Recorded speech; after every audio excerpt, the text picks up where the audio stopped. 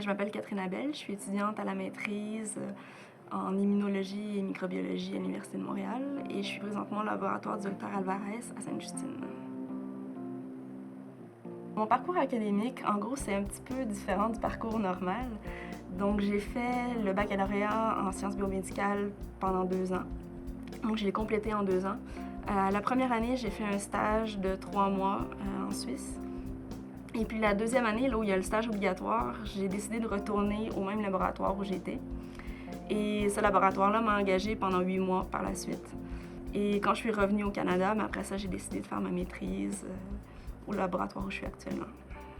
J'ai choisi l'Université de Montréal parce que c'était quand même la seule qui offrait le programme de sciences biomédicales comme je le voulais.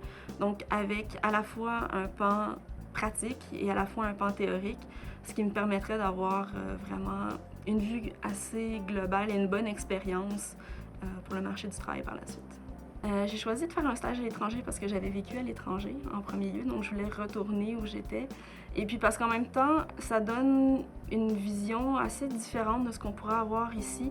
Ailleurs, ils vont utiliser des méthodes qu'on n'aurait pas utilisées pour tel problème, alors que c'est une façon tout aussi valable et qui va peut-être nous apporter un autre point de vue sur la question. Les possibilités sont là parce que c'est très facile d'aller à l'étranger. La plupart des universités européennes nous acceptent sans même demander notre relevé de notes des fois, tellement c'est bien reconnu d'étudier ici. Donc oui, des fois c'est peut-être un petit peu difficile, ça nous demande des sacrifices parce qu'on ne sera pas nécessairement payé, mais ça vaut vraiment la peine. Donc moi en fait je travaille sur l'hépatite auto-immune. C'est une maladie où est-ce que le système immunitaire va se retourner contre le foie du patient. Et moi, j'essaie de comprendre pourquoi est-ce que ça arrive. On est 7 personnes dans le laboratoire. Tout le monde fait un petit peu les manipulations de tout le monde connaît les projets de tout le monde, même si chacun, en fait, a un projet qui lui est propre.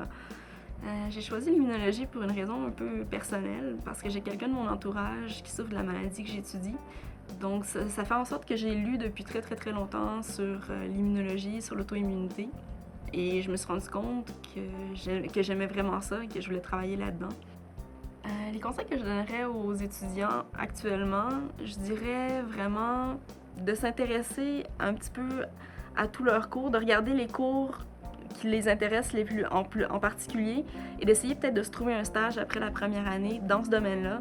Donc non seulement pour confirmer qu'ils aiment vraiment ce domaine-là, mais aussi pour avoir un petit peu d'expérience. Ça aide pour la deuxième année, je dirais. Parce que la deuxième année, il va y avoir beaucoup de laboratoires, beaucoup de pratiques. Alors, si on a déjà une bonne pratique de laboratoire, si on a déjà de l'expérience en laboratoire, c'est vraiment plus simple après ça pour les cours.